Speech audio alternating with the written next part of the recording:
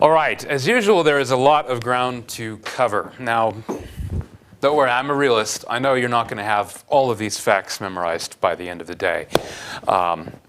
You do want to kind of group them together, though, if you can, because they are part of a generalized phenomenon which swept across Europe.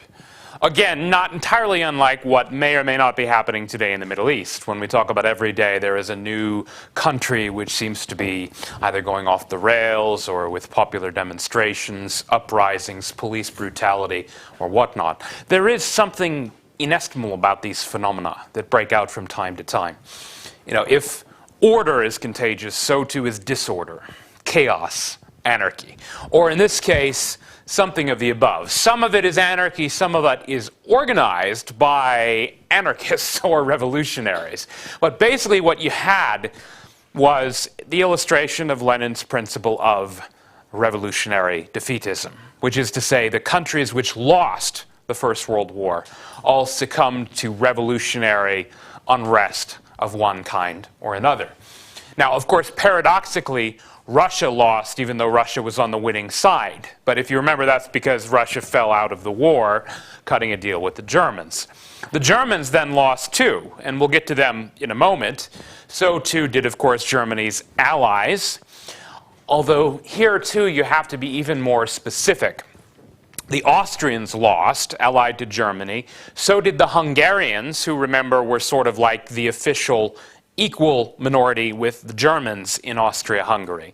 Because the Hungarians, as equal partners, tended to be pro-war. That is, pro-German, pro-war. Many of the other minority groups in the Habsburg Empire, the Slavic groups in particular, actually were not entirely displeased that the Habsburgs had lost the war. I mentioned the other day the Czechs and the Slovaks, who actually rose up in Siberia and literally took over Siberia for a while, because they basically wanted to go join France and England against Germany and Austria. But if you want to keep it straight, again, the simplest rule to remember is Lenin's rule of revolutionary defeatism. The countries that win wars tend to do okay. The countries that lose tend to melt down in various different ways. Some of it, of course, cultivated by the other side, as in the case of Lenin being sent to Russia by the Germans. But so that's the explanation writ large for what I'm going to talk about today. Russia, Germany, Hungary, basically. Italy thrown in as sort of a sidelight, almost like a wild card. But basically, we're talking about the countries that lost the most in the war. They are the ones that succumb to this kind of revolutionary fever. Now, where we left off in Russia, I was tailing off roughly with 1921. Now, to conclude the story briefly, I'm going to put a couple of things together. I already mentioned the new economic policy. I mentioned that this was mostly a response to the economic collapse under what I called war communism. If you remember, NEP, which can be dated, say, roughly about 1921 to 28, once Stalin began moving in a new direction again. This policy, if you remember, followed war communism. Again, summarized baldly, what this meant was that the Bolsheviks gave up on all the revolutionary doctrines regarding the economy. They re-legalized money and gold and private property and buying and selling and all the rest of it.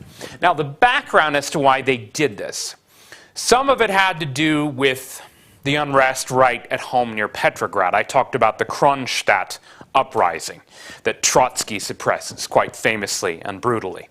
But more important than that was what was going on in the countryside. I alluded to the wars the regime was already fighting, basically over the food supply. Now this, coupled with a particularly bad harvest, and with the basic fact that if you were a peasant, you had absolutely no incentive to grow more grain because the government would only steal it from you, all of this produced a colossal famine. We generally refer to this as the Volga famine of 1921, although, like all these things, it started earlier and ended later. The real kind of key events happened in 1921. I mean, by June it was so bad, the regime had been trying to deny it for a while. They finally had to admit that 25 million people were about to starve. 25 million people. Just get your mind around that. It was so embarrassing to the regime that they actually had to admit it because they basically had to ask for foreign aid to help basically feed the hungry. Not necessarily, again, because they had that much sympathy with the peasants, but because otherwise the whole country was going to fall apart. Everyone was going to be dead, basically. So they invited in essentially the mission of the American Herbert Hoover. Most Americans remember him as the so-called Depression president, and we'll get to that in a few weeks' time. But before he was president, he basically made his money as an engineer. And he became a kind of almost like professional bureaucratic organizer in the government because he was independently wealthy. He made his fortune. He went to work for the government in the First World War. He organized essentially relief expeditions to Europe after the war, to places like Belgium, also Hungary, we'll get there in a moment, to alleviate the hunger. Now, his critics said he had a political agenda. Well, and they were right. What he basically wanted to do was feed people so their bellies would be full, so they wouldn't turn into communists. That was his agenda. And so the mission to Russia was from the outset controversial. The left all criticized him for trying to undermine communism, which is kind of funny when you think about it, because what he was trying to do was feed people in a communist country that the communist government couldn't feed. Now, Lenin hated him. I mean, Lenin literally infiltrated his organization. It was called the American Relief Administration, or ARA.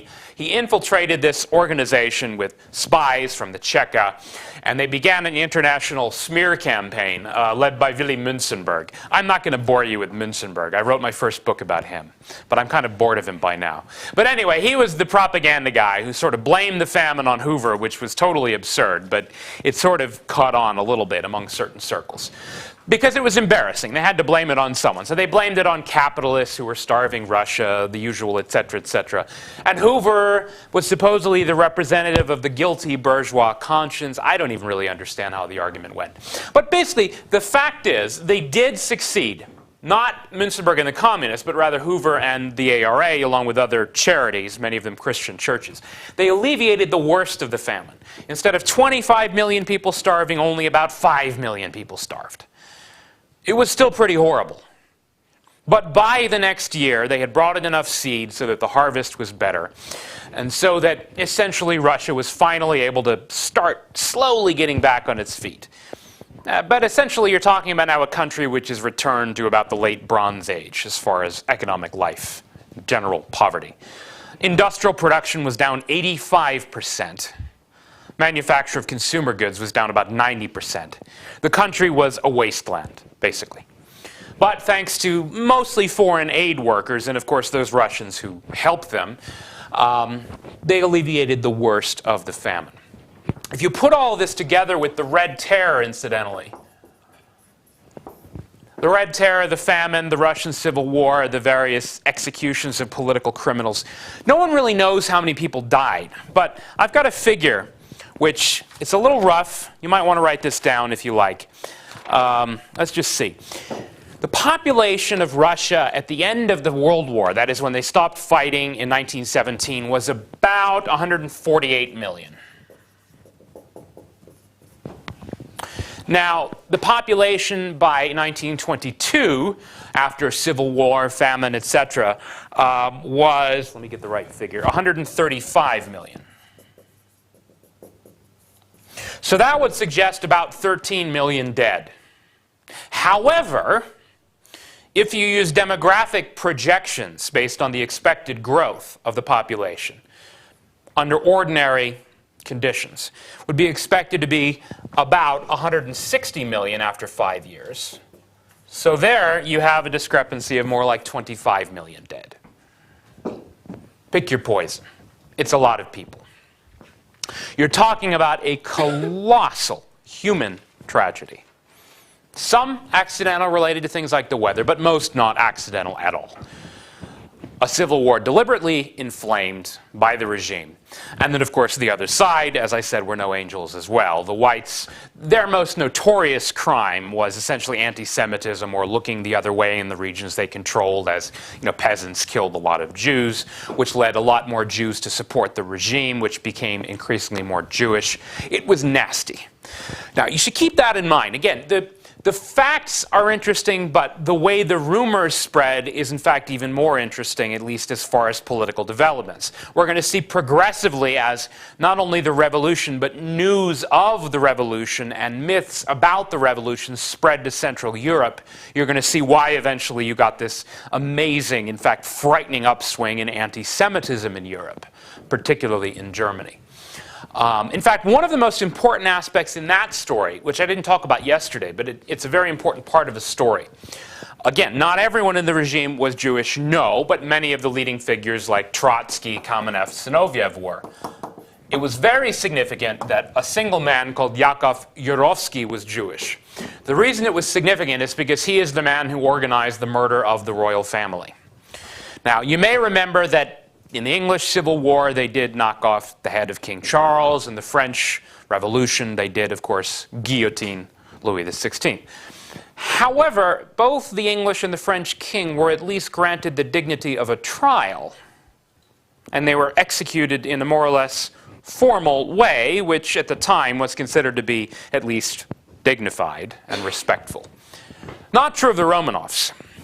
The Romanovs, it's interesting that, in fact, they said the happiest moment of the life of the Tsar Nicholas II, the happiest moments were the first few months after he abdicated power. There are these pictures of him at Tsarskoye Selo, which is like the palace outside Petrograd. You can still visit it today. He was like shoveling snow, basically. And he seemed like really happy.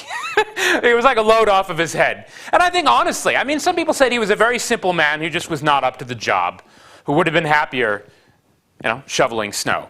Well, he was happy for a while, but the regime, even before the Bolsheviks came to power, was in a dilemma about what to do with him. You know, Kerensky and the provisional government types, they didn't want to execute him. They didn't want to make him into a martyr around which the royalist cause could rally. They were also worried that he might escape, though, because if he went to a place like England, then maybe he could rally the cause against the revolution. So they put him under kind of house arrest. But then, of course, the country starts spiraling out of control. And so where do you put him? Petrograd is about to fall to the Bolsheviks. And so they move him to Moscow, thinking, oh, well, maybe he'll be safe there. Then Moscow falls to the Bolsheviks. And so they have to move him again. And they move him kind of to the interior of the country. And then the Bolsheviks come to power, and they're not quite sure what they want to do yet. By this point, he's somewhere in the interior near like Yekaterinburg, which is like way up in the Ural Mountains, which seemed like it was safe because it was really far away from the European front lines, and it was really far away from, you know, the German army, for example, and any of the other armies.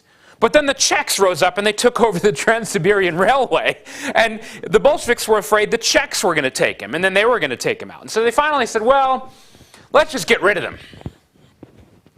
Again, for various reasons. Maybe they wanted to rob them. Maybe they just wanted like a big public relations coup. You know, we killed the Tsar. Anyway, here's what they did. They sent Yurovsky and a team of executioners to the town. And for a while, they pretended like they're protecting the Romanovs, because there were all these other people trying to rob them and steal from them, because everyone knew they were rich, and everyone knew they had all kinds of jewelry on them. I mean, they were like legends for years, you know, about the lost jewels of the Romanovs. And so they take over. They start inventorying, you know, all the property that they can find. And at first the Romanovs think, oh, that's nice. You know, they're trying to take care of our property. Of course, they weren't taking care of it. They were preparing to rob it more formally. Finally, they said, look, you know, things are out of control. The Czechs are about to take the town. The whites are forming an army. We cannot risk losing them. We have to act. So here's what they did. They took Nicholas Romanov. They took his wife, Alexandra, all of their daughters, including the famous Anastasia, the doctor, Botkin, the ladies in waiting. They sent them all down into the basement, and they said, you will all now die. And then they just opened up, just fire. Rifles, one after another. Unfortunately, not everyone was killed by the rifle fire, because a lot of them had all these like jewels sewn into their corsets, particularly the daughters. Anastasia, this is one of the reasons why they're all, you might have heard the legends about Anastasia, it was because she was supposedly protected by all these jewels lined into her corset. And so, you know, a bunch of them were dead, writhing on the ground in blood. Others were alive, writhing on the ground in blood. And they ran out of bullets. And so then they just took the bayonets, you know, and they just started sticking everybody. And still everyone wasn't entirely dead. The reason we know all this, incidentally, is because Yurovsky actually wrote a proud report about it. with all of the details. He was actually given the Order of Lenin. He was given a medal for all of this. And the gun that fired the bullet which killed the Tsar was put on display in the Museum of the Revolution in Moscow. I'm not done yet, though. This story is not over. Everyone was dead, except for maybe possibly Anastasia. But they kept finding more and more jewels inside, like the clothes and the corsets. So eventually, like, a mob gathered up, and they started having to fire into the crowd to keep all of the mob off, because everyone wanted the jewels. So they were trying to find a place to put them, to bury them. Now, the White Army is like 200 miles away. The Czechs are about 100 miles away. And so they're sort of like rushing. And so they find a mine, and they decide that they're going to just dump the bodies down the mine. And they do this, but it turns out the mine isn't very deep. And they're afraid, what they don't want is for the whites to find the bodies, because then they're going to have this big cause, to rally run. Look what the Bolsheviks did, to the Tsar. And so they pull the bodies up, and they go looking for another mine. But they didn't find it, and it started pouring rain really, really hard. And they finally realized that they're basically, they have to just kind of call it a day because their tires are about to get stuck in the mud. So they take all the bodies, they just throw them over on the side of the road. They pour sulfuric acid on them, and then they dumped a bunch of dirt and like branches and things on them, and then they ran over them about 50 times with a big truck. The reason these details matter is because, first of all, it shows something about what the Bolsheviks were like, but also because it was politically important. The whites actually did capture this territory just about 5 days later. They found the mine, and they actually did find all of like the jewels and everything that were left behind there, but they didn't find the bodies. They didn't find them until 1989. They actually then unearthed them. Stories about this, admittedly, people didn't know all the details until years later, but stories about this started percolating around Europe. And the fact that the executioner Yarovsky was actually Jewish lent a lot of ammunition to these stories. So that you have, again, the whites and the reds. It's not a matter of Jews against Gentiles. But there was enough of an element of this that the story started sweeping into Europe. Not least because, of course, many refugees from the revolution, who were, of course, either whites or sympathized with the white cause, were themselves telling stories of what had happened to them. And many of them, they thought, had been victimized by the Cheka, and the two leading chiefs of the Cheka were Jewish. In fact, it was Baltic German refugees. That is, they were from the Baltic states, but kind of Germanic-speaking peoples. They ended up being some of the most influential advisors to Hitler and the Nazis in the early years, telling them basically horror stories about Russia. Now, they exaggerated some of the stories, yes. But there was enough of a grain of truth to them that people actually believed them. If Hitler said they killed, 30 million people, and it turns out they only killed 13 million, then Hitler's argument was not less explosive, even if he did make up some facts. But anyway, some of this spills into Europe literally directly. The refugees are coming in with their stories. But then communist agents, most significant of them being a man called Bela Kun, who was himself Jewish. They called him Kohn in the anti-Semitic press. And he comes in, like a lot of these agents, he's actually a veteran of the Russian Civil War. He had fought in battles. And he comes in with like his clothes, full of basically like jewelry, like stolen diamonds and things like that. So he's got money that allows him to finance the communist parties. So do all of these other agents. And they bring influence and stories and, of course, funds that had been expropriated by the Bolsheviks. And they begin spreading the seeds of communism in Europe. Again, to the extent that they were successful or not, that is an open question. Kuhn ended up not being successful. But the fact that he was a communist who was Jewish and came from Russia and eventually did take power, even if it was only for 100 days, that was significant. Now, incidentally, the 100 days of Bela Kun in Hungary, roughly from kind of spring, like March, April, until about June, July, one of the reasons he was able to come to power, it's a curious diplomatic fact about the aftermath of the First World War. I mentioned how Romania had joined the war. They didn't actually win any battles or anything. In fact, they got their butts handed to them, basically.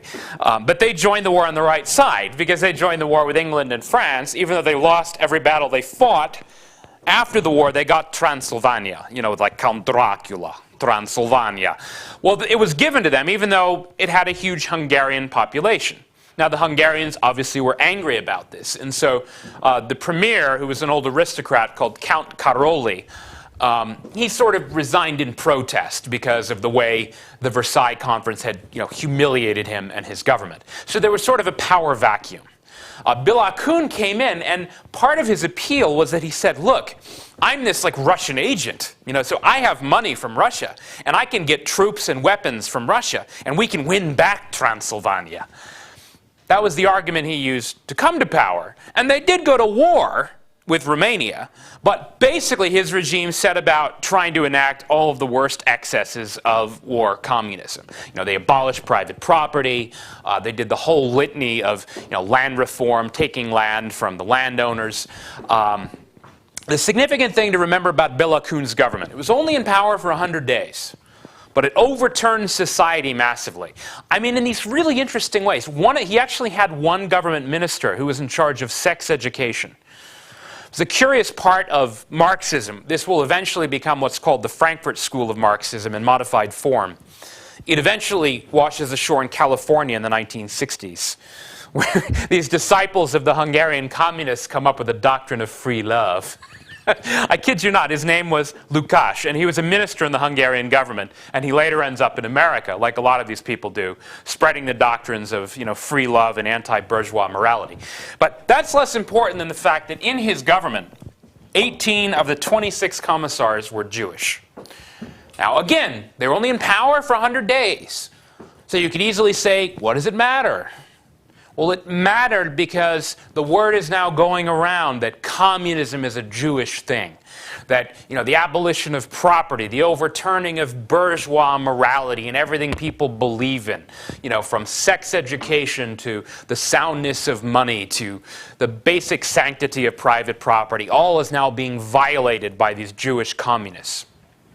There's more evidence of this, in fact, very close to Hungary, in Bavaria, in Munich. I wrote a couple of things up here. The so-called Bavarian Soviet Republic, which had preceded and to some extent overlapped with Béla Kun. The leading light here was a Jewish intellectual. He was actually a poet, believe it or not, called Kurt Eisner, who had seized on the chaos in Germany to proclaim a kind of new Soviet republic. Now, his government was even less serious than Béla Kun's. I mean, even fellow communists thought it was ridiculous. They called it a cafe house klatsch, where these poets would get together and issue fancy-pantsy decrees. There's an old Woody Allen movie called Bananas I'm fond of, and there's this scene after the coup d'etat, the revolutionaries come to power, and they start issuing these decrees. And the first one is, everyone must now change their underpants 3 times a day, and you must wear them on outside of pants so we can check. It was a little bit like that. I mean, just these goofy, crazy decrees, which no one really took all that seriously, except that they did actually produce a small secret police which did execute people. Now, it's true they didn't kill that many people in Munich. However, Munich, Bavaria, being fairly close to Hungary, where the same thing seemed to be happening, where again communists, Eisner was again Jewish like Béla Kun was, this produced a vicious anti-Semitic reaction. The reaction set in immediately after the government was overthrown. Actually, Eisner himself was executed. He was shot out of hand by some soldiers in February. There was another iteration of his government. It lasted till about April 1919. It is against the backdrop of this kind of short-lived, goofy, murderous communism of the Bavarian Soviet Republic that Hitler and the Nazis first emerge. In Munich, in Bavaria. I have to backtrack a little bit, though, to explain the German Revolution. Now, remember that, again, the principle is pretty easy to understand. They lose the war. It discredits the government. The whole thing actually began with a mutiny, as revolutions often do, in the North Sea port city of Kiel. It was a naval mutiny. What basically happened, if you remember I talked about how they had built this huge navy of dreadnoughts that kind of didn't do anything because Britain had more. So they just kind of sat there in port the whole war. You know, it's an open question. Naval strategists argue maybe they could have done something if they had tried, but they decided it wasn't worth the risk, so they basically sat in port the whole war. Okay, so come October 1918, Germany is about to surrender the war on the Western Front because of the arrival of all the Americans. And so the head of the Navy thinks, I haven't really done anything very honorable, have I? So he issues these orders. Let's all go out on a grand suicide mission.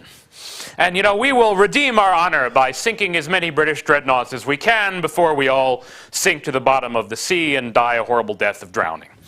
And the men think to themselves and they say, nah, no thanks, no thanks. So they say no, and they mutiny. And eventually it spreads kind of to like the northern parts of Germany. It spreads into the army.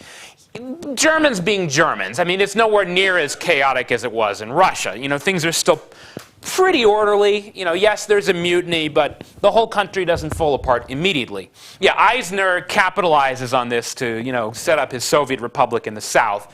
But for the most part, eventually, you know, things are kind of brought under control. And in fact, the Germans, they have the same thing that the Russians did. They almost kind of imitated it. You know, these councils, as they call them. You know, the soldiers set them up, the workers set them up, like committees. Only there's a very important difference between the German Revolution and the Russian Revolution. When they all get together in their first national congress of the kind of worker councils, this takes place in December of 1918, they actually vote to abdicate power. That is, they vote not to take power. They vote that they want to have democratic elections and they want whatever government emerges to be a proper Republican government. The Republic has already been proclaimed in Berlin. A lot of nonsense is going on behind the scenes, though. I mean, this is one of the most responsible things ever done in a revolution. I mean, the workers literally vote not to take power. Behind the scenes, though, there's a lot of kind of cynical intriguing going on. Ludendorff, who had been almost like a general, you know, basically, since the civilians had abdicated authority, you know, he had been running things almost like a kind of military dictatorship. Ludendorff, you know, first he tried to deal with the Americans, thinking Germany could cut some deal based on the 14 points. When he realized that wasn't going to happen, he said, you know what? We should all sort of skedaddle, abdicate power, and invite in the socialists to take over. It's kind of clever when you really think about it. We'll let the socialists surrender. And then we won't be the ones who surrendered. And so in a way, that is what actually happens. They set up first a provisional government under Friedrich Ebert. You should remember this name because, you know, he will become the first president of the Weimar Republic, so-called. And I'll talk about him a lot more in the coming lectures. Ebert and then his sort of right-hand man, Gustav Noske, they are socialists. That is, they belong to the SPD, the Social Democratic Party, or the Sozialistische Partei Deutschlands. We call them Social Democrats usually. You can also just call them the SPD. Remember that back in 1914, most socialists had gone along with the war, you know, as part of this kind of almost like a pact with the government to say, look, we're Germans too. We support the war. Now, that's not that they supported everything that the military did. In fact, in 1917, the party, the SPD, had split in two. You should try to remember this if you can. You don't need to remember the Germanic names, but remember SPD and USPD. You should also remember Spartacus and KPD. KPD we're going to see again and again in the coming weeks. This is the Communist Party in Germany, which basically grows out of a group called Spartacus, which, if you remember Hijiv, does anyone remember Spartacus from Hijiv? You know, he led a big slave rebellion kind of in the last years of the Republic. So they name it after Spartacus. Now, Spartacus, this is like the most radical faction of the German socialists. The faction of Rosa Luxemburg and especially Karl Liebknecht. Liebknecht was actually the son of one of the founders of German socialism, but he was actually more radical than his father. He had been famously put on trial, you know, for insulting the king and all of this. He was very radical. Luxemburg was sort of the radical theorist. You know, she was the great intellectual of the movement. So they are like on the far left. They are in this faction called Spartacus which will eventually form the Communist Party. That's not until a little bit later, though. Meanwhile, in 1917, the party is already split in two.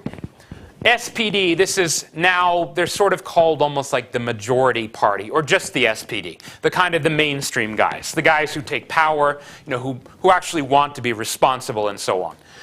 The USPD had split just literally over the war. They didn't want to support the war anymore. It's true the socialists had reservations. They didn't want Germany to try too hard, to take territory from other countries, but they still supported the war. This is the faction of the people who have finally given up and they're against the war. And then this is a group, well, they're communists, so you can kind of guess. Yeah? The SPD is the same with the SPD? Well, not anymore. You see, these are people who were in the SPD until 1917. They're now called Independent Social Democrats. This stands for Unabhängige in German. The Unabhängige Sozialistische Partei Deutschlands. Independent is usually the word we use to describe them. I think it's easiest just to remember the initials if you want to remember. But honestly, this group doesn't last that long. You should definitely remember SPD, and you should definitely remember KPD, because these groups will last until, essentially the advent of the Nazis. They're both very important parties in the Weimar Republic, which is, of course, one of the classic periods of political history that everyone likes to study. Now, something important happens, though, which leads to some even more bad blood than usual between the factions. I talked about how the councils in December had voted, not to take power. Now, Rosa Luxemburg, as the leader of the Spartacus faction, had written up what she called the Spartacist program right before they met, the same month, December 1918. The Spartacus program is really interesting if you read it. It's a little bit like Waiting for Godot. If you know the Samuel Beckett play, probably not. There's an old American baseball movie called Field of Dreams, and you don't have to know anything about the plot of the movie. It's just a single line, which is really stupid, but it's very memorable. Kevin Costner walks out into a cornfield, and he starts hearing these voices. And they say to him, "If you build it, they will come." So you've seen this movie then.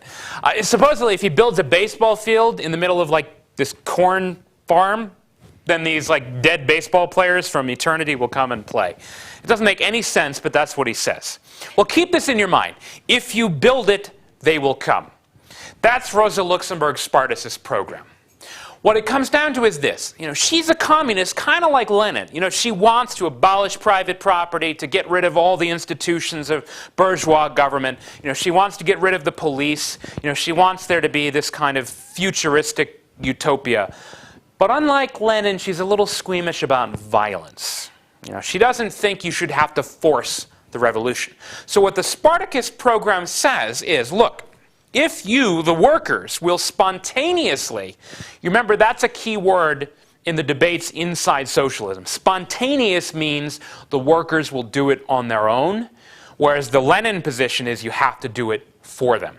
So she's spontaneous. She believes in democracy, the workers, they're supposed to do it themselves. So she says, if you do it yourselves, then I will happily take power in the new government. But I won't help you. You have to do it yourselves. Now, it's an elegant program, but of course, as a practical program, it has certain drawbacks. The workers, in fact, voted, as I said, not to take power. They voted that you should have regular elections. And Luxemburg, somewhat torn, thought, well, that's not what I wanted, but on the other hand, that's what the workers want, and so that must be right. And so she supported this. Sort of against her will, however, some of the other Spartacists, including Karl Liebknecht, did not like what the workers had decided. They thought the workers had made a mistake. That is, in waiting for this democratic parliament to form, which would inevitably be a quote-unquote bourgeois parliament, that is, not a workers' proletarian government. And so they debated amongst themselves, and push came to shove. Long story short, they decided to rise and try to take power. There were a couple of things which precipitated this. This is what we refer to as the Spartacist uprising. Now, Luxemburg, again, is kind of taken aback by events. She hadn't wanted the workers to do what they did in abdicating power, but she accepted it. Then she hadn't wanted Spartacus to try to decide to force the revolution for the workers, but after all, she was a member of Spartacus, so she had to go along with it. So it basically led to a civil war in the streets of Berlin. A civil war between socialists and communists, because the socialists now control the government. And in fact, the kind of police chief, the security chief, Gustav Noske, is actually a lifelong member of the SPD. So now he's seen as a traitor by the communists. He's representing the establishment, the capitalists, etc. They called the whole thing in the party press. They called it the Noske Blutbad in Berlin, the Noske bloodbath, they called it. Firing in the streets, the building of the SPD newspaper changed hands 3 or 4 times. Serious violence. But beyond that, the key fact to remember is that both Liebknecht and Luxemburg were eventually arrested and murdered while in custody. So Luxemburg is victimized by the revolution she either did want or didn't want. It's not entirely clear. I mean, it's sort of a classic tragedy in socialism. Luxemburg, she's actually executed not by... There's a bit of confusion about it. There was a group called the Freikorps. You might want to remember this. Freikorps is how it's usually translated into... Freikorps is how it's usually translated into English. Germany is... Again, it hasn't completely fallen apart because Germans, again, are pretty good at organizing things.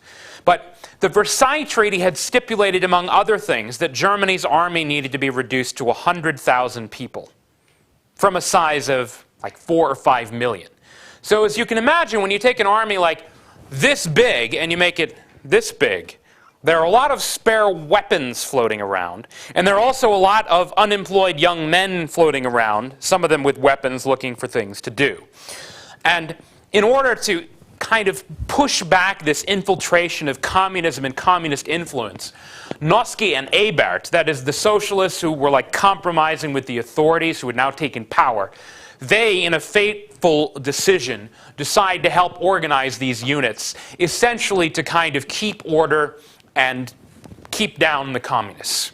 Now, it wasn't actually Freikorps soldiers who killed Liebknecht in Luxembourg. That was one of those urban legends that created. They were actually from the regular army. I don't know if that's better or worse.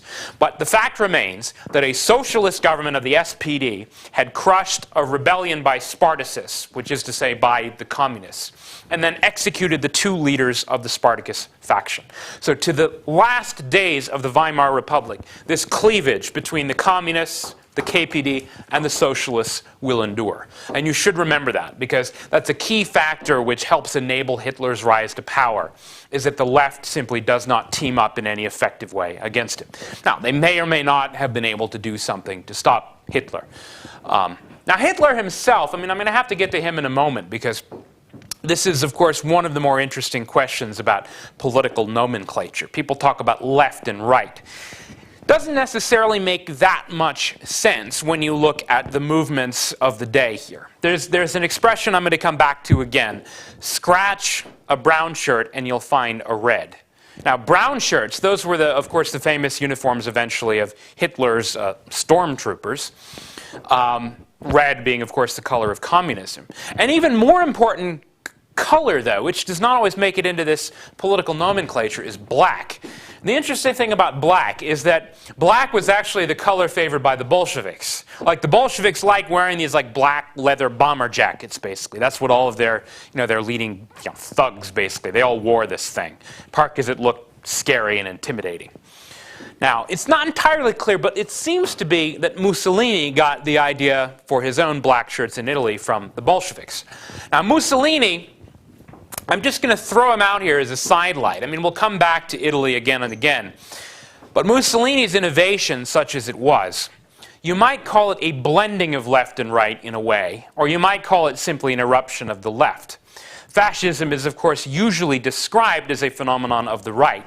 However, that doesn't make sense if you look at Mussolini, because Mussolini, like these guys, was a lifelong socialist. In fact, Mussolini had been the editor-in-chief of the leading socialist newspaper, Avanti, before the war.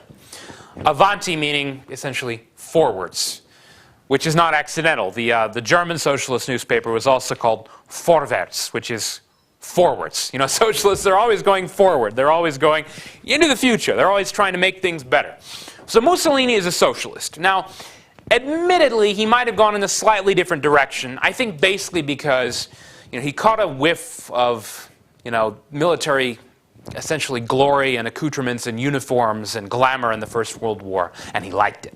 And so he decided that he wanted to kind of merge together what he considered the promising elements of socialism with some kind of like pageantry from the military, and eventually produce this thing which we came to know as fascism, with uniforms, drill, rituals, some of it going back to old secret societies, but much more public, because the whole thing was about, public expressions of solidarity.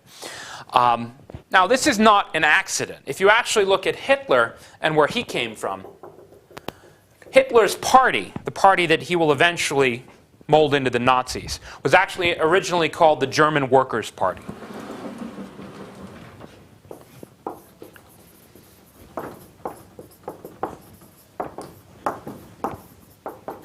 I guess you can put the apostrophe either place here. Now, the actual title Nazi, do we know what it is short for? Nazi is like a contraction of which two words? Do we know? Okay. Nazi comes from, there are actually 5 words, although the first 2 are where you get the contraction. You get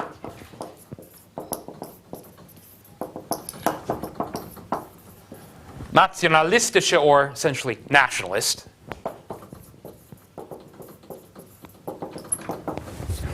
Sozialistische. Nazi. I mean, you really only need the first one, but it's sort of a contraction of both. This, of course, is socialist. Now, D, you might know if you know German, stands for Deutsch, or Deutsche, which is, of course, German. This is the key word here. Arbeiterpartei. Workers. Arbeiter. And P is just, of course, for party. So you have the National Socialist German Workers' Party. So you have both socialist and worker in the title. Party of the right? Well, matter of interpretation. It's a blend, but the blend was uniquely this. I mean, in a way, if you want to understand where this kind of comes from, in Mussolini's case, I think it was partly a matter of style. Like a lot of Italians, I think he thought basically socialists had gotten a little boring and stayed, and they needed a little panache. They needed a little pizzazz. They needed better uniforms and songs and, rituals. And there was a big element of that in the Nazi Party, too. In fact, it's not accidental, as we will see over the coming lectures, that Hitler was an artist. There was very great pageantry in the rituals of not only the design of the swastika and the uniforms, the pageantry of the marching and the drill and the music. It was all a big part of the movement. But the key element, particularly in the German version, was anti-Semitism. And the reason this was significant is that it not only gives the motivation to many of the people, but it makes sense of things to them as well. Because a lot of poor people, after all, kind of sympathize with socialism. On the other hand, they like this idea, right? Everyone's equal and you should sort of equalize property. On the other hand, there were a lot of stories coming out of Russia that there were these horrible things going on, atrocities, the murder of the Tsar, mass violence, the deaths of millions. And obviously nobody wanted that. Maybe it was just because they were crazy Russians, or maybe it was because it was the Jews. Now, suddenly, this kind of began to make sense, at least in a kind of paranoid, deluded sort of way. Because it wasn't just that all of this, revolution, communism, seemed to be Jewish. But so too did the other side.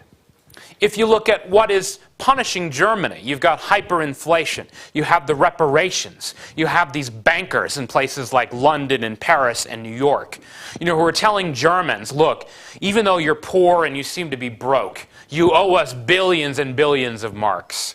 All of these bankers, well, some of them too were Jewish. So you have the Red International, and you have the Gold International.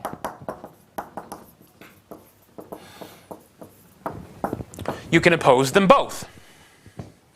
In fact, it's one of the more interesting elements of the Ruhr crisis of 1923. We're going to talk about that next week, which is, it's what happens when the French finally decide, that Germany is in default, that Germany is not paying enough reparations. And so, they invade Germany and they start basically trying to take what the Germans aren't paying. Is that both the communists and the Nazis have a very similar response to, this French invasion, which is somewhat different from everyone else's response. Both of them experiment with anti-Semitism. The communists eventually decide that it's a road they don't want to take. But they experiment too with, slogans like, trample down the Jews, hang them from the lampposts. It's not subtle, but that's the kind of thing you would shout at a political rally. Again, you need a scapegoat. You need someone to blame for your problems. And in the case of the Nazis, they had not one but two kind of Jewish bogeymen.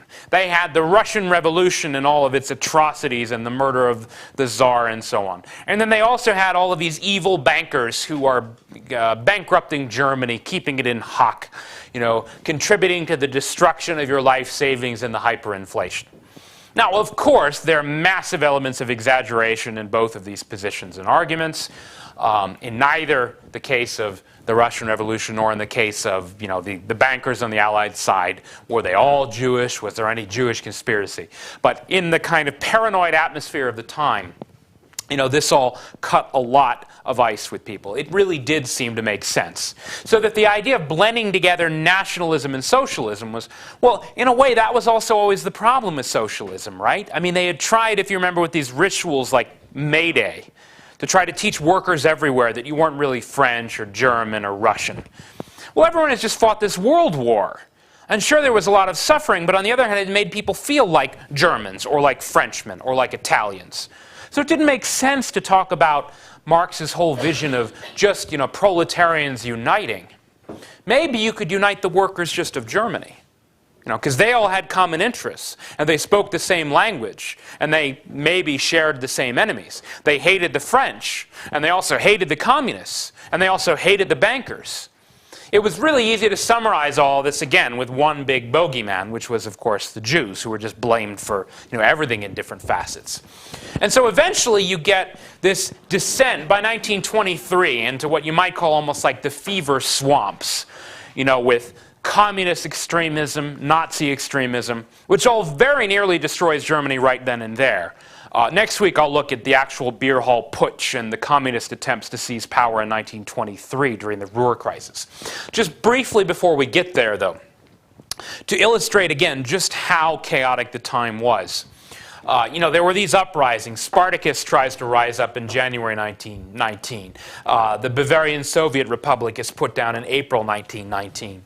Bela Kun and the communists take power in Hungary in 1919.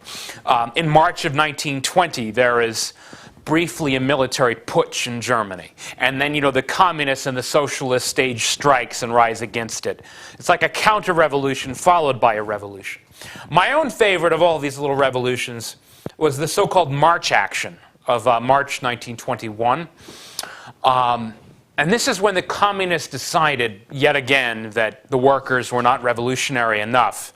So following Lenin, they decided to take matters into their own hands. The only reason I mention this one is because there's a funny story about it. They decided to blow up their own headquarters. And do you remember that scene in Lethal Weapon 2? You probably haven't. Have you seen Lethal Weapon 2?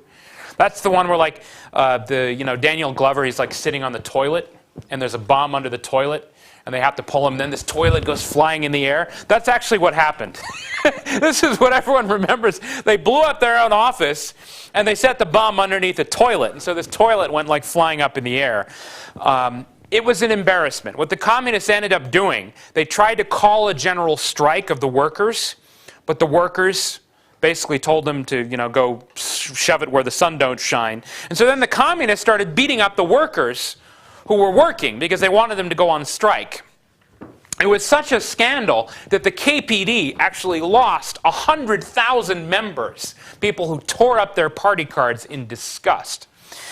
But this, in turn, was made possible because Bela Kun, after having screwed up Hungary, actually came to Germany. It was actually his idea. So Bela Kun was involved in the German Revolution, too. The last thing I'm going to talk about, because I know we're running out of time, is that at least in the mind of many people in Europe, there was something to blame all of this on other than the Jews. There was one real thing which you could have talked about potentially explaining some of this subversion. The Bolsheviks, I think I did write this over here. The Bolsheviks did actually set up an international revolutionary association. The Communist International. It's also called the Third International. If you remember the second from before the First World War, it's called the Third International, which led the socialists to call themselves the Second and a Half International. But anyway, this, usually contracted to Comintern, was formed in 1919. And like the Second International, the idea was that all communist parties around the world were supposed to coordinate policies. Unlike the Second International, however, they were actually able to do so. And the reason they were is because the Russians laid down the rules, which were like this. We have the money, so you do what we tell you. They actually put this into a legal document they called the 21 Conditions of Membership. So between 1919 and it was really dead by about 1935, but Stalin let it sort of like linger on for a few more years after that. Basically, for about 24 years, there literally is a world organization dedicated to world revolution and overthrowing all existing governments, which is actually run out of an office in Moscow using the looted wealth of Imperial Russia. So, much as there was exaggeration in the kind of crazy blame it on the Jews arguments of, the Nazis and the fascists, it wasn't all a fiction. There really was an organization in Moscow devoted to overthrowing governments around the world. And it was very well financed because it was financed with all of the looted wealth of Imperial Russia. Much of it in the early years actually in the form of things like diamonds and jewelry, which were like stitched into people's clothing or hidden in suitcases.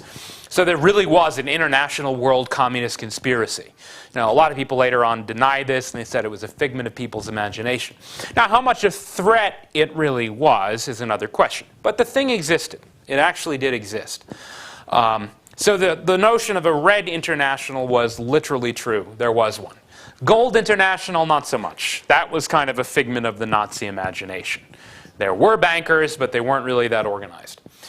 I think that's all I wanted to cover for today. Is there a... Oh, I thought you had a question there. Okay, one note about next week. As you will see on the syllabus, we are going to do a quiz on Friday. Shouldn't be hard for most of you, because I know you've all been coming to class. But please do try to keep up with the readings, and I hope I will see you all on Wednesday.